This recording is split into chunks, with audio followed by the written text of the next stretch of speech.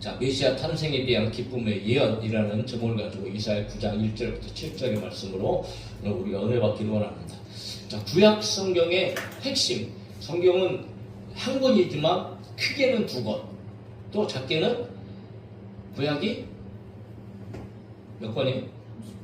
39권, 신약이 27권, 그래서 66권 이렇게 되는데, 구약 성경의 전체적인 핵심은 하나님께서 천지를 창조하셨고, 그리고 하나님의 형상대로 사람을 창조하셨는데 그 사람이 타락으로 말미암아 세상에 흑암이 들어왔고 모든 사람들이 죄인이 되어졌고, 그럼에도 불구하고 하나님께서는 그 죄인들을 사랑하셔서 준비하신 것이 있어요. 그들을 구원하시려고 하나님께서는 말씀하시고 준비하시고, 그리고 그들의 온 세상에 구원자를 보내실 것을 창세기로부터 끊임없이 말라기까지 말씀하시는 것이 사실 구약의 핵심입니다.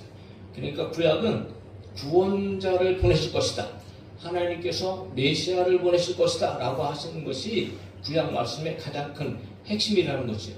자, 그 가운데서도 특별히 이사야서는 뭐 다른 곳에서도 그 메시아에 대한 내용들이 많이 나타나 있지만 그 절정이라고 할 수 있을 만큼 그 이사야가 이 땅에 오셔갖고 어떻게 오실 것인가, 어떻게 인간을 구원하실 것인가 라고 하는 것들 아주 디테일하고 좀 조금 정확하게 자세하게 이제 예언을 해주고 있는 성경이기 때문에 너무나 중요한데, 주전 734년, 여러분들이 아마 성경에도 보면 너무 친절하게도 그 앞에 제목에 평강의 왕이라고 붙었을 것이고, 그리고 그 연도까지 딱 기록해 놨죠. 주전 734년. 지금으로부터는 2759년 정도 되네요. 그 오래전에, 그러니까 예수님께서 오시기도 734년 전에 하나님께서 이사야서를 통하여서 주신 예언. 그러니까 굉장히 오래전 예언이죠. 그런데 이 예언의 말씀이 그야말로 전 인류에게, 오늘 저와 여러분들에게 여러분 정말 복된 소식이고 기쁨의 소식이고, 이거는 복음 자체라는 거죠. 온 세상의 구원자 메시아를 보내신다는 하나님의 구원의 약속이, 이것이 얼마나 놀라운 축복의 약속인가, 오늘 그 말씀을 저와 여러분들이 한번 살펴보려고 합니다. 그러면서 실제적으로 2000년 전에 오신 예수님은 과연 어떤 분이신가 라고 하는 것을 다시 한번 우리가 좀 생각하면서, 여러분 그분으로 말미암아 저와 여러분들은 오늘 구원받았고, 그분으로 말미암아 우리는 하나님의 자녀가 되어졌고, 그분으로 말미암아 영원한 기쁨과 즐거움을 누릴 수 있다라는 이 한 가지 사실이 오늘 저와 여러분 가운데에 정말 복된 소식이고, 또 그 복된 소식을 통하여서 실제적으로 우리의 삶 가운데 하나님의 은혜가, 하나님의 기쁨이, 즐거움이, 평강이 날마다 넘쳐나길 예수님의 이름으로 축원합니다. 아멘. 그래서 그것을 오늘 한 절 한 절을 통하여서 좀 우리가 살펴보려고 합니다. 보십시오. 자, 1절입니다. 오늘 말씀을 한 절 쭉 같이 한번 읽어보면서 시작할까요? 1절 같이 읽어요. 시작. 전에 고통받던 자들에게는 흑암이 없으리로다. 이쪽에는 여호와께서 스불론과 납달리 땅이 멸시를 당하게 하셨더니 후에는 해변길과 요단 저쪽 이방의 갈릴리를 영화롭게 하셨느니라. 아멘. 말씀을 읽으면 아멘으로 화답합시다. 아멘. 네, 전에 고통받던 자들, 전에 과거에, 그러니까 이 고통받던 자들이라는 것은요, 이거는 뭐 아주 답답한 상황에서 처해서 숨이 막힐 정도로 굉장히 막 괴로운, 고통스러워하는, 거기에 갇혀있는 사람들을 얘기합니다. 1차적으로는 이스라엘 사람들, 하나님 앞에 죄로 말미암아 또 이방인들의 압제로 고통 가운데 있는 당시대의 사람들을 얘기하지만, 그러나 이 말씀은 비단 당시대뿐만이 아니고 미래의 말씀으로, 예수님 당시에도 역시 이스라엘 백성들은 여러분 로마라는 이 속국 가운데 있잖아요. 암담함 가운데. 그러나 그것은 또 그것뿐만이 아니고 궁극적으로는 오늘 모든 세계 가운데 모든 사람들은 여러분 어둠의 세력 가운데 사로잡혀 있는, 그래서 사망의 종노릇하고 탄식하고 고통당하고 있는 그런 백성들을 이야기하고 있다는 것을 우리가 이제 알게 되어지는 거죠. 그래서 로마서 3장 23절에도 말씀하시잖아요. 모든 사람이 죄를 범하였음에 하나님의 영광에 이르지 못하더니. 그만큼 여러분 인간 자체는 그야말로 고통받던 자들 가운데 다 속해 있는 그런 존재라는 거죠. 그럼에도 불구하고 하나님께서는 그들 가운데 흑암이 없으리로다 이렇게 말씀하시는 거예요. 흑암을 제거하실 것을 말씀하시는 거죠. 영적인 흑암, 육적인 흑암, 이런 사망 같은 어떤 이런 고통, 이런 것들이 제거될 것이다. 이것이 다시는 없을 것이다. 말씀하시면서 한 지역을 통해서 하나님께서 이제 설명해 나가시고 계신 것을 우리가 보게 됩니다. 스불론 땅과 납달리 땅이지요. 그런데 옛적에는 하나님께서 그 땅을 멸시를 당하게 하셨는데, 그런데 이제는 해변길과 요단 저쪽 이방의 갈릴리를 영화롭게 하셨다고 기록하고 있습니다. 그러니까 여러분, 멸시를 당하게 하셨다 말씀하시잖아요. 그러니까 멸시를 당하게 하시는 분도 하나님이고, 또한 이방인의 갈릴리를 영화롭게 하시는 분도 하나님이시다. 그러니까 하나님은 심판의 하나님도 되시지만 구원의 하나님도 되신다고 해요. 그러니까 여러분, 모든 역사의 주관자는 하나님의 손안에 있는데, 여러분 그 역사의 주관자가 되신 하나님께서 오늘 구원자를 보내신단 말이지. 자, 범죄함으로 말미암아 납달리 땅, 스불론 땅 멸시를 당하게 하셔서, 이스라엘 땅이 사실 그랬죠. 끊임없이 사실은 열강, 이방 민족들, 아수르, 바벨론, 페르시아, 기타 등등에서 계속적으로 멸시를 당하고 고통을 당하는 그런 상황 가운데 살고 있지 않았겠습니까? 자, 그 땅이 어떤 땅입니까? 여러분들 잘 안 보이실지 모르겠지만, 저기 위에 보면, 왼쪽이 다 가나안 땅인데, 맨 위에 보면 12지파의 땅들이 있는데, 꼭대기 쪽에 가서 납달리, 단, 아셀 있고, 바로 스불론이 있어요. 여기가 바로 이제 갈릴리, 여기가 갈릴리 호수잖아요. 그러니까 갈릴리 호수의 위쪽 편에 있는 이 동네를 얘기하는 거죠. 북이스라엘 땅이에요. 북이스라엘 땅. 그런데 항상 여러분 희한하게 저 북쪽에서부터 아수르도 쳐들어오고 바빌론도 쳐들어오고 페르시아도 쳐들어오고 저쪽 길로 오기 때문에 항상 저쪽은 여러분 온통 전쟁이 시작. 하여튼 고통을 받아도 제일 먼저 받는 것이고, 끊임없이 그런 침략을 통하여서 굉장히 힘들고 어려운 그런 삶을 살고 있던, 고통 가운데 있던 그런 장소였다라는 거죠. 그러니까 사실은 그 장소는 흑암에 있는 장소라고 똑같은 거예요. 그런데 후에는 해변길과 요단 저쪽 이방 갈릴리, 이방의 갈릴리, 그러니까 그쪽 전체적으로 있는 그 지역을 얘기하는데, 특별히 이방의 갈릴리라고 얘기하죠. 이방의 갈릴리. 그러니까 이스라엘 땅이고 하나님의 백성들이었었는데 이방의 갈릴리라고 불리고 있다는 거죠. 그러니까 나중에는 이 지역이 아수르에게 정복이 되어져서 혼합 정책으로 말미암아 이방 민족하고 완전 이게 뒤섞여 버려요.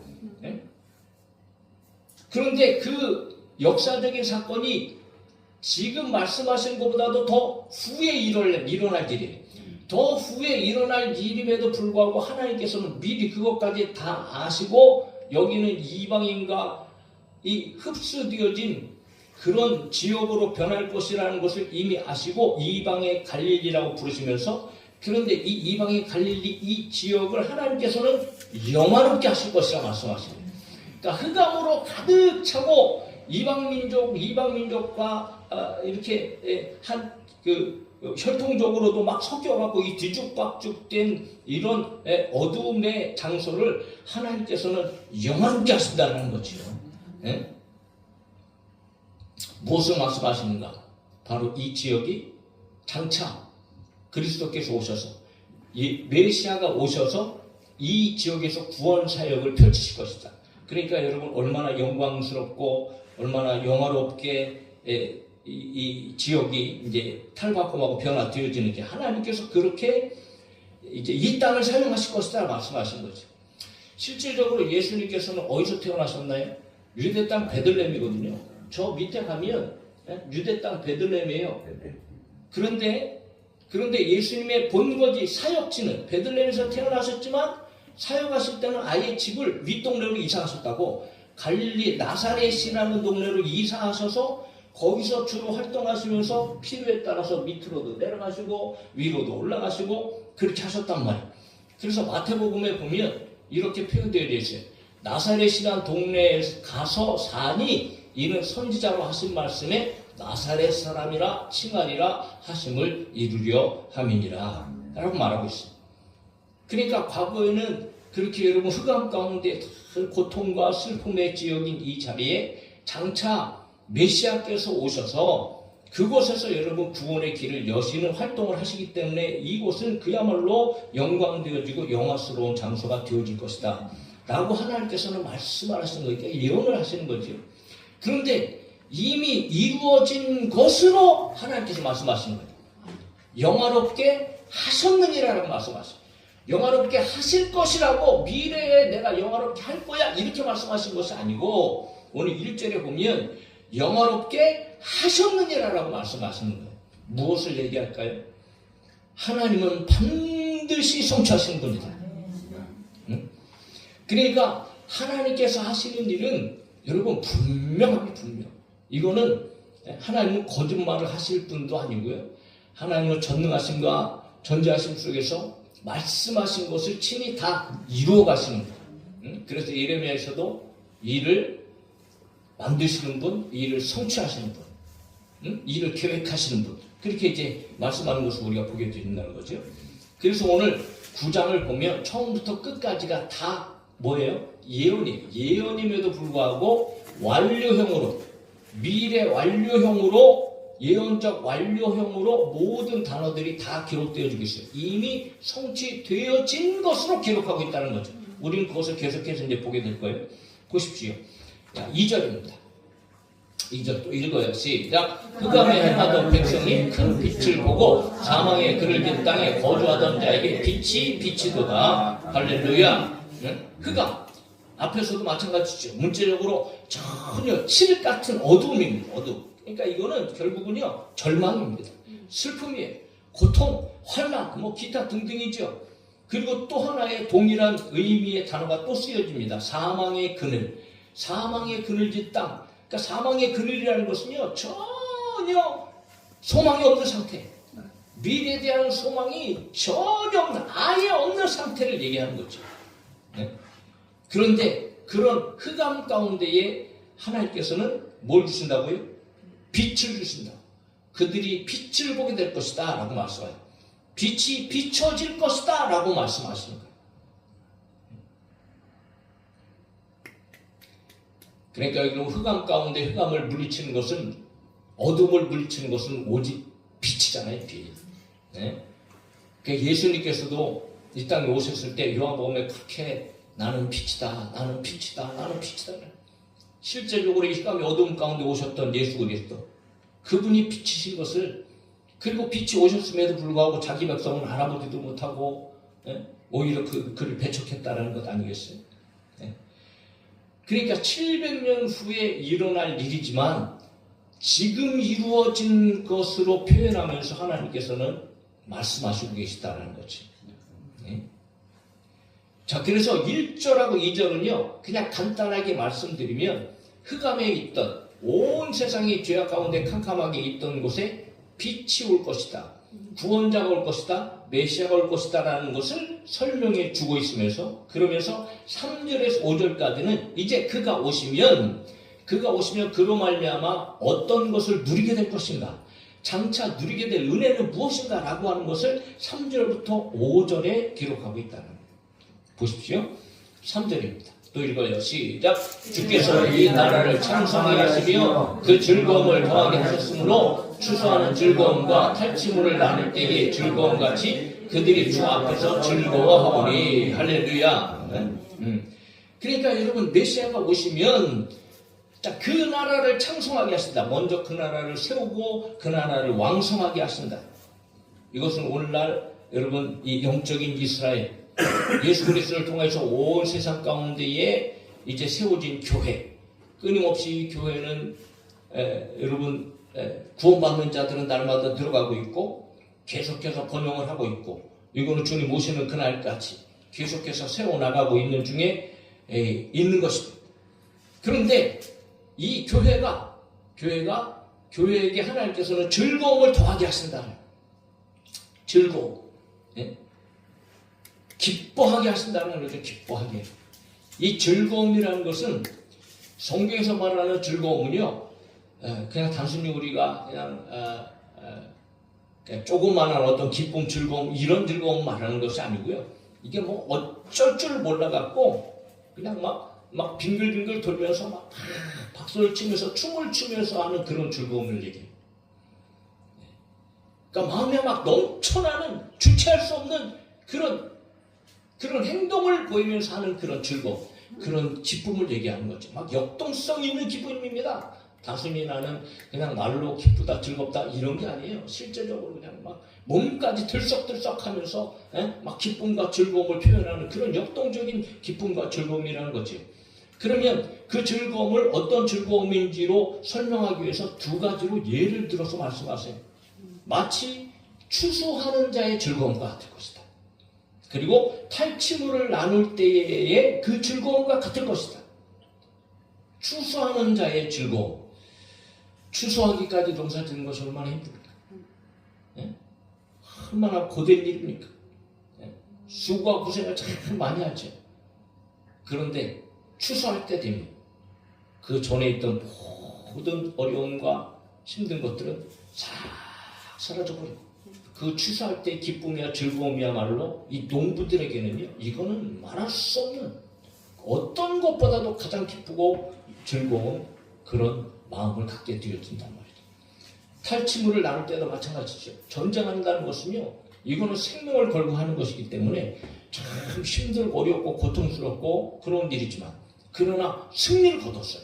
승리를 거둬갖고 거기 있는 모든 전리품을 다 취해갖고 이것을 나눈다? 그때의 기쁨은 정말 그 동안에 그 전에 있던 모든 괴로움, 아픔, 고통, 두려움 이런 것들이 완전히 사라지고 그야말로 여러분 기쁨과 즐거움에 들떠서 여러분 그 전리품을 나누지 않겠냔 말이지. 자, 이럴 때의 기쁨처럼 오늘 하나님께서 그 나라 하나님의 교회를 세우시고 그 나라를 번성하게 하시고 그 나라의 백성들이 즐거워하게 할 것이다 라고 하는 것이 오늘 3절의 말씀입니다. 그런데 이 즐거움도 역시 이미 성취되어진 것으로 그렇게 말씀하시는 거죠. 자, 그러면서 4절에 계속해서 말씀을 이어갑니다. 4절 읽어요. 시작. 이는 그들이 무겁게 맨 멍에와 그들의 어깨의 채찍과 그 앞제자의 막대기를 주께서 꺾으시되 미디안의 날과 같이 하셨음이니이다. 아멘. 자, 즐거움의 원인이 구체적으로 나타나고 있어요. 어떻게 즐거워하게 할 것인가? 왜 즐거워하게 할 것인가? 여러분 여전히 완료형을 사용하면서 하나님께서는 꺾어버리신다. 꺾어버리신다. 뭘 꺾어요? 무겁게 맨 멍에도 꺾어버리시고 그들의 어깨의 채찍과 앞제자의 막대기도 주께서 꺾어버리신다. 아멘. 그러므로 말미암아 여러분 즐거움을 누립니다. 그러니까 그들의 목을 누리고 있는 모든 고통과 슬픔과 역경과 아픔 이런 것들을 꺾어버리셔서 다 제하해버리시고 대적들의 어떤 이런 채찍, 앞제자의 막대기 그러니까 막 여러분 짓눌려 있는 그야말로 이스라엘 백성들이 그 이방인들을 통하여서 얼마나 큰 고통과 압제와 끊임없이 우리가 사사기를 보면 알게 되어지잖아요. 그들의 잘못으로 말미암아 하나님께서 여러 이방 민족을 들어서 여러분 하나님께서 징계하실 때 이건 뭐 도저히 그들이 버티다가 버틸 수가 없어갖고 그냥 무릎 꿇고 하나님 앞에 부르짖어 기도할 수 있는 방법밖에는 아무것도 없을 정도로 그야말로 여러분 흑암 가운데 있었단 말이죠. 그런데 하나님께서 그래서 오늘 여러분 미디안의 예를 들면서 하나님 말씀하시잖아요. 미디안의 날과 같이 하나님께서는 그들을 꺾어버리실 것이다. 그래서 저와 여러분들이 이 기도원의 얘기를 우리가 예전에 한번 봤잖아요. 얼마 전이지요? 7년 동안이나 여러분 미디안의 그런 압제 가운데 얼마나 고통스럽습니까? 네? 그냥 올라오기만 하면 완전히 초토화가 돼. 먹을 것 싹 쓸어가지고 다 불태워버리죠. 짐승 다 죽이죠. 그러니까 기도원이 여러분 그 남은 거 조그만 거 그 밀타작을 하면서도 여러분 어디서 꼭꼭 숨어갖고 땅에다가 불파갖고 여러분 타작하고 있었잖아요. 그런데 하나님께서 기도를 부르시죠. 큰 용사여 라고 부르시면서 내가 가서 구원해라. 그렇게 말씀하시고 여러분 기도원에게 32,000명이 모였지만 많다. 돌려보내고 결국은 300명으로 전쟁에 나가게 하셔갖고 하나님께서는 미디안을 완전히 초토화시다. 예? 완전히 다 그냥 부셔버리신 거예요. 예? 그러니까 여러분 그 승리의 기쁨이 얼마나 큰 기쁨이 마치 이것처럼 하나님께서 하나님의 백성들을 구원하려고 하나님의 백성들가 가지고 있는 그 모든 고통의 몽에 더불어 나가서 이 사탄 마귀의 역사 그것으로 말미암아 채찍질을 당하고 그 막대기를 통해서 고통을 당하고 괴로움을 당하는 그 모든 것에서 그 모든 것들을 꺾어버리시고 하나님의 백성들에게 참다운 자유를 주신단 말이죠. 이것은 오늘날 여러분 영적으로는 죄책감으로부터 사망으로부터도 하나님께서 우리를 구원하시고 모든 세상의 어려움으로부터도 그것들을 하나님께서 꺾어버리셔서 저와 여러분들을 안전하게 하여 주시고 이 자유를 주신다라는 이 놀라운 여러분 복음의 메시지가 오늘 4절에 있다는 거예요. 그분이 오셨다는 거지. 자, 그러면서 5절에 이렇게 계속 이어갑니다. 또 읽어요. 시작. 어디로 싸우는 군인들의 신과 피 묻은 겉옷이 불의 석같이 살라질 것이다. 살라지리니 라고. 네? 이것은 완전한 이제 성취되어지는 거예요. 성취. 왜요? 전쟁의 종결입니다. 전쟁의 종결. 군인들의 신발 군화 아니겠어요? 이 서푼 여러분 불쏘시개를 얘기합니다. 불쏘시개. 네? 그러니까 군인들의 신발 그리고 피 묻은 겉옷 얼마나 치열하게 싸우고 막 압제하고 막 이런 일들이 있잖아요. 그런데 이 모든 것들이 불의 섭같이 불쏘시개같이 하나님께서 사라지게 할 것이다. 그러니까 이거는 뭘 얘기해요? 군인들 그들의 옷을 태워버리신다는 것은 이제 전쟁 끝, 전쟁의 종결. 할렐루야. 그러니까 전쟁의 완전한 종결을 하나님께서 말씀하시면서 이제는 전쟁하는 시대가 아니고 이제는 평화의 시대가 도래할 것이다 라는 것을 하나님께서 말씀하세요. 그러니까 이거는 메시아가 가져오시는 하나님께서 보내시는 그 구원자가 가져오시는 하나님의 나라의 본질, 하나님의 자녀들은 과연 무엇을 누릴 것인가? 이것은 단순하게 우리의 삶에서 누리는 것이 아니고 영원히 누려야 할 것인데 그것이 바로 평화다 말이에요. 전쟁이 없는 평화의 시대. 그래서 우리에게는 여러분 소망이 있는 거예요.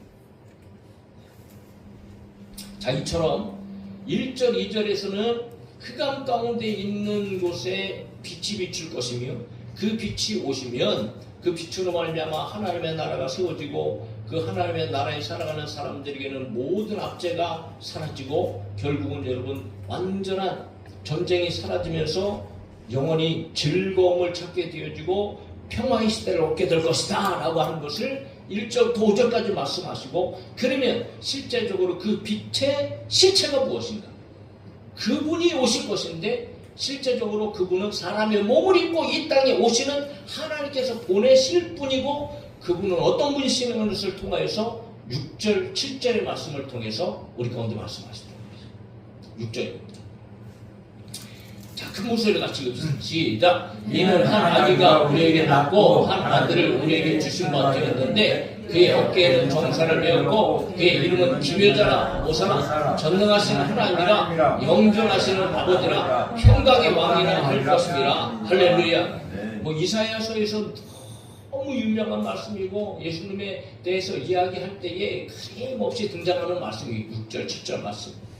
자, 이 한 절이 여러분 얼마나 놀라운 그분의 속성, 과연 그분은 어떤 분이신가? 라고 하는 것들이 여러분 총망라에서 다 담겨져 있어요. 네.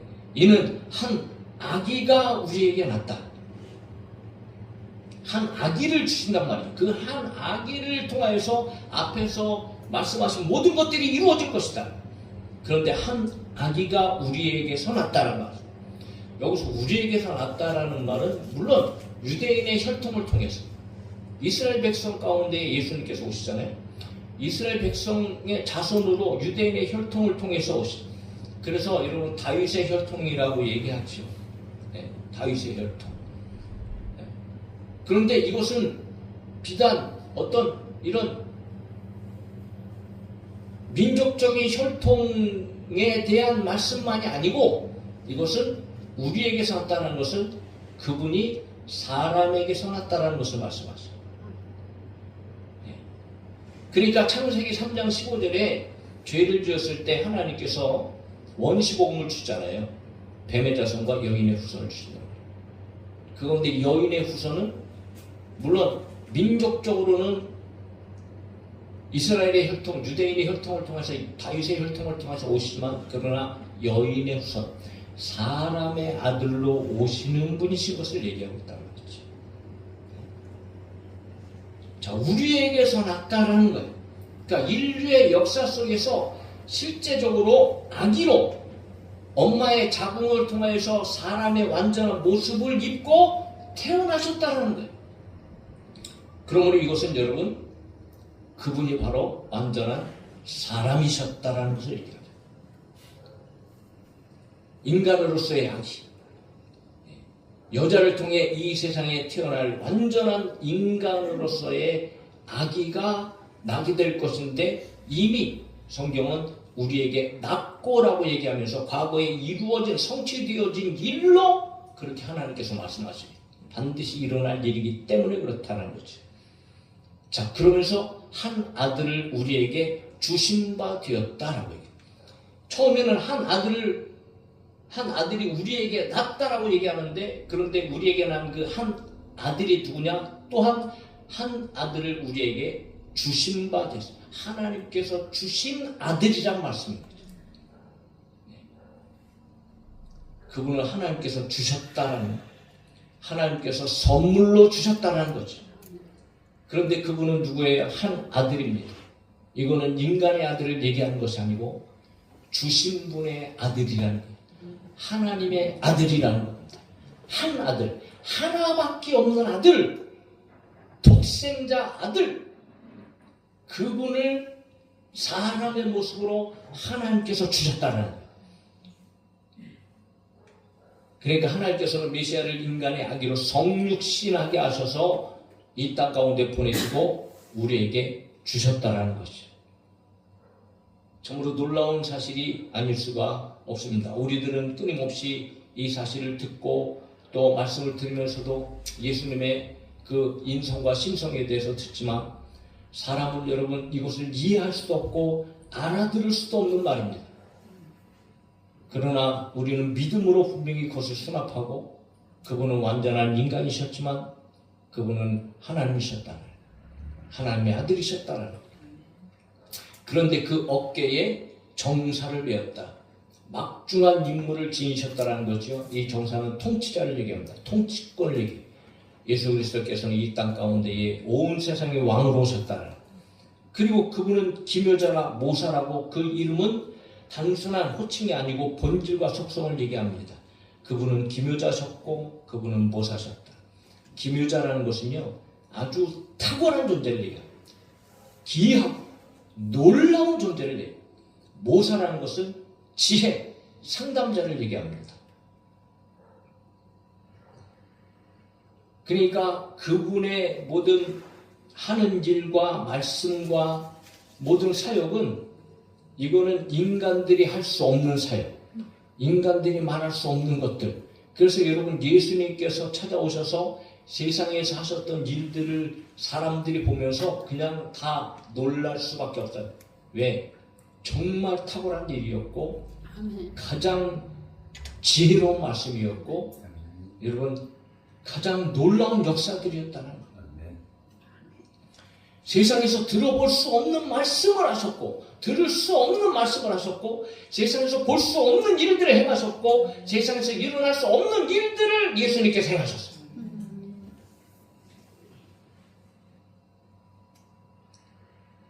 그리고 그 누구도 생각할 수 없는 십자가로 말미암아 구원의 길을 여신 분이 우리 예수님이십니다.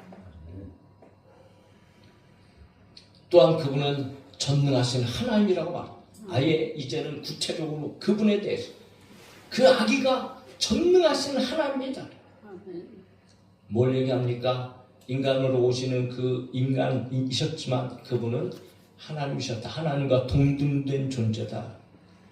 그렇다고 성부 하나님께서 아기의 몸을 입고 이 땅에 오셨다는 것은 이단이 됩니다. 그러므로 우리는 성삼위일체 하나님, 성부 하나님, 성자 하나님, 성령 하나님. 그러나 세 분은 한 분이시고 영광이 동등하시고 동등하게 영원히 존재하시고 그 가운데에 성자 2위이신 성자 하나님 그분께서 인간의 몸을 갖고 오셨다. 그러므로 말미암아 여러분 하나님께서 오셨기 때문에 이 십자가의 구속 사역이 완전하게 되어지는 겁니다. 세상의 사람 가운데는 아무리 100명이 죽건 1000명이 죽건 10,000명이 죽어도요 그 피를 가지고는 사람들의 죄를 살 수가 없어요. 어떻게 여러분 사람들의 죄를 깨끗게 할 수 있습니까? 그러나 하나님께서 오셨기 때문에 그 십자가의 구속사역이 완전하게 되어진다는 거죠. 그분은 이처럼 전능하신 하나님. 그리고 또한 여러분 뭐라고 말씀하세요? 그분은 영존하시는 아버지라. 영원히 하나님과 동등되게 영원히 존재하신. 그래서 여기서 아버지란 말은요 여러분 이건 육신의 아버지도 되어지지만 이것은 아버지라는 말은 보호자라는 의미가 굉장히 강합니다. 보호자. 그래서 고대 근동지방의 이 왕들은 자기 백성들에게 대해서 자기가 이제 아버지라고 스스로 주장하기도 하고 칭하기도 했다는 거죠. 심지어는 포로들에게조차도 자기가 아버지라고 아버지됨을 주장하기도 했다는 거죠. 그러나 여러분 예수님께서 우리 아버지가 된다는 것은요 단순하게 세상에서 잠깐 있다가 없어질 그런 아버지가 아니고 영원히 존재하시는 아버지, 영원히 우리를 보호하시는 아버지가 된다는 거예요. 네? 그러니까 친히 그분은 아버지는 아들을 낳잖아요. 자녀를 낳잖아요. 그러니까 그분은 아버지가 되셔서 보호자가 되시는데 그분으로 말미암아 저와 여러분들이 다시 태어나는 우리를 낳게 되었진 우리를 구속하시고 우리를 지으시고 우리를 새롭게 창조하시고 저와 여러분들의 삶을 끊임없이 보호하시고 지키시고 인도하시고 돌보시는 분이 바로 아기로 오시는 그분이란 말이에요. 그것을 영존하시는 아버지라고 표현하고 있어요. 또한 마지막으로 평강의 왕이라고 말하고 있습니다. 그분은 정사를 어깨에 메신 통치자, 왕이죠. 그런데 왕이심에도 불구하고 왕이라고 다 똑같은 왕인가요?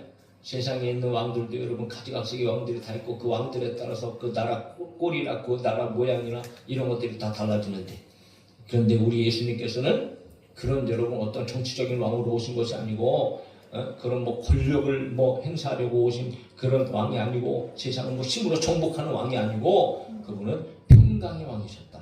평강의 왕. 그러니까 유대인들이 여기서 여러분 걸려놓은 거지만 유대인들은 평강의 왕을 찾은 것이 아니고요. 정치적인 로마 속국에서 자기들 배부르게 하고 자기들을 좀 구원하고 평안하게 하고 자기들로 말미암아 세상을 통치할 수 있는 어떤 이런 그런 왕을 원했던 거예요. 그러니까 예수님께서 오병이어의 기적을 다 베푸시니까 거기 여러분 얼마나 많은 사람이 있어요. 남자만 5,000명, 여자까지 하면 아이까지 하면 한 2만 명 정도 이상 되어지는 그런 큰 무리가 모였단 말이에요. 그런데 물고기 5마리, 물고기 5마리, 떡 5개, 떡 5개, 물고기 2마리를 가지고 그 사람들은 배불리 먹고도 남기셨으니 그 사람들이 거기 있는 사람들이 생각할 때 어떻게 생각했겠어요? 저 사람이 왕 되면 우리 고생은 끝이다. 당연한 것 아니겠어요? 그러니까 억지로라도 예수님 붙잡아 갖고 왕 삼으려고 그런 움직임이 막 그냥 웅성웅성거리고 막 보이니까 예수님께서 난 그런 왕이 아니다. 그런 왕으로 내가 온 게 아니야. 그러면서 여러분 급하게 그냥 다 돌아가라. 그렇게 해산하시잖아요. 그러니까 예수님은 그런 왕으로 오신 분이 아니에요. 유대인은 그런 왕을 기다렸고 예수님은 그렇게 취급하려고 했지만 예수님은 거절하셨단 말이에요. 예수님은 평강의 왕이시죠. 예수님은 생명의 왕이시죠. 여기서 평강의 샬롬이라는 것은요. 아까도 미리 우리가 이야기했지만 전쟁이 없는 상태, 평화로운 이 상태는 물론이고 모든 필요한 것들이 공급되어진 상황에서 충족된 그래서 완전히 만족한 어떤 이런 상황 가운데 있을 때의 샬롬이라고 해요.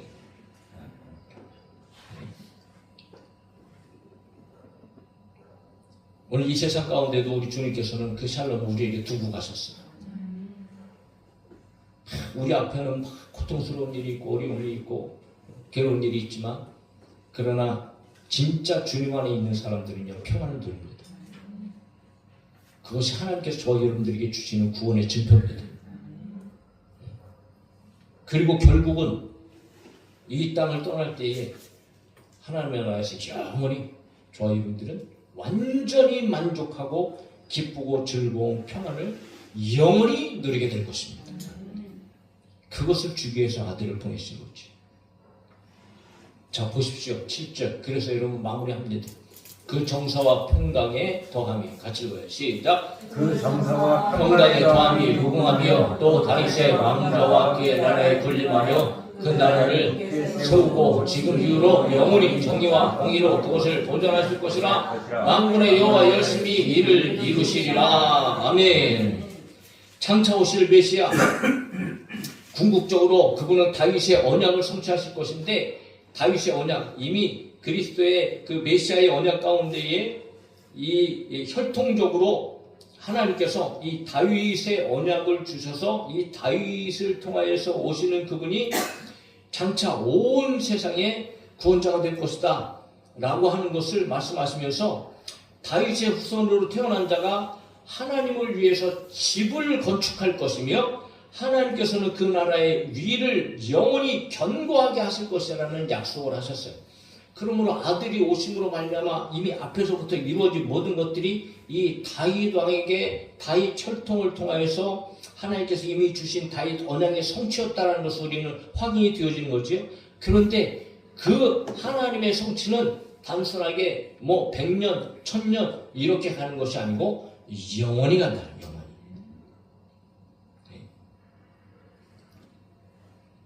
그러니까 그 다윗의 이 주신 그 언약이 이제는 그 아이를 통하여서 성취가 되어지고 그 성취된 하나님의 나라는 영원할 것이다. 그리고 그분이 통치하는 나라는 영원한 평강이 있을 것이고 정의와 공의로 그 나라는 다스려질 것이다.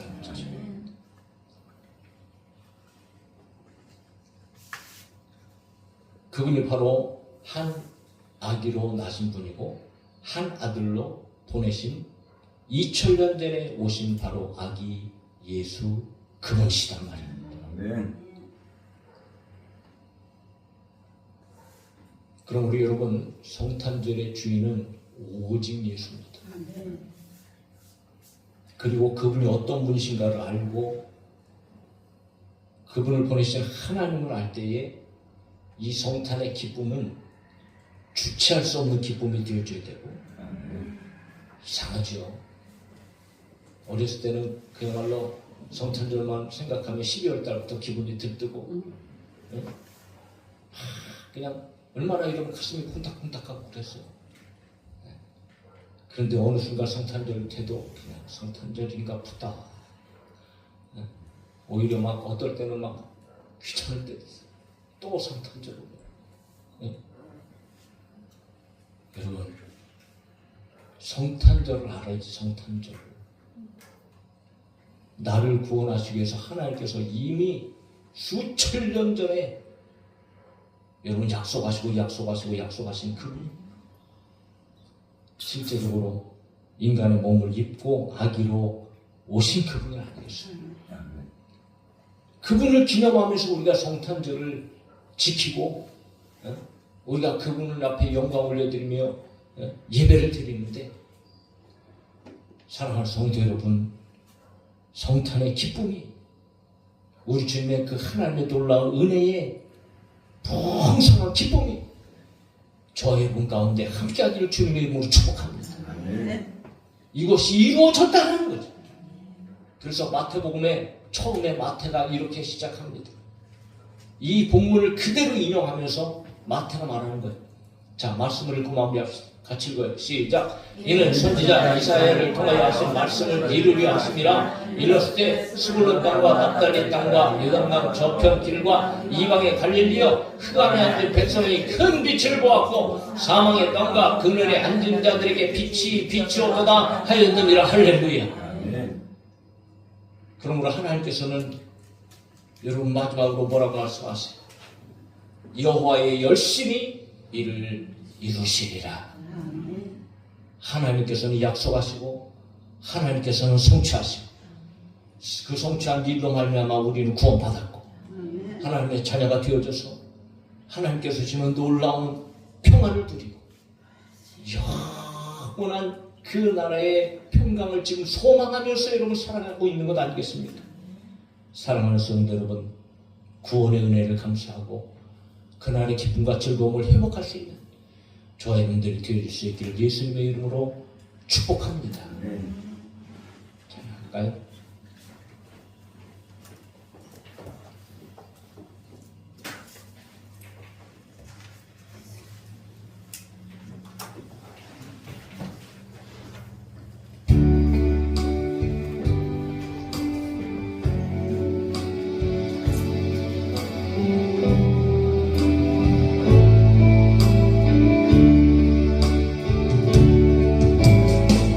그는 나의 주 아버지 내 영혼을 불밭에 누이시고 새와 나무의 노래로 내 맘을 위로하여 주시네. 양들이 주인 찾듯이 오직 한 목자인 내 주님을 내가 찾고 또 따르니 주 곁에 나를 메어 주소서. 주는 내 내 요새 되시니 내 피할 곳은 주뿐이네. 나 돌아갈래 고향 주의 집에서 내 주님 맞아 주시니. 그는 나의 주 아버지 내 영혼을 풀밭에 누이시고 새와 나무의 노래로 내 맘을 위로하여 주시네. 양들이 주인 찾듯이 오직 한 목자인 내 주님을 내가 찾고 또 따르니 주 곁에 나를 메어 주소서. 주는 내 피난처 내 요새 되시니 내 피할 곳은 주뿐이네. 나 돌아갈래 고향 주의 집에서 내 주님 맞아 주시니.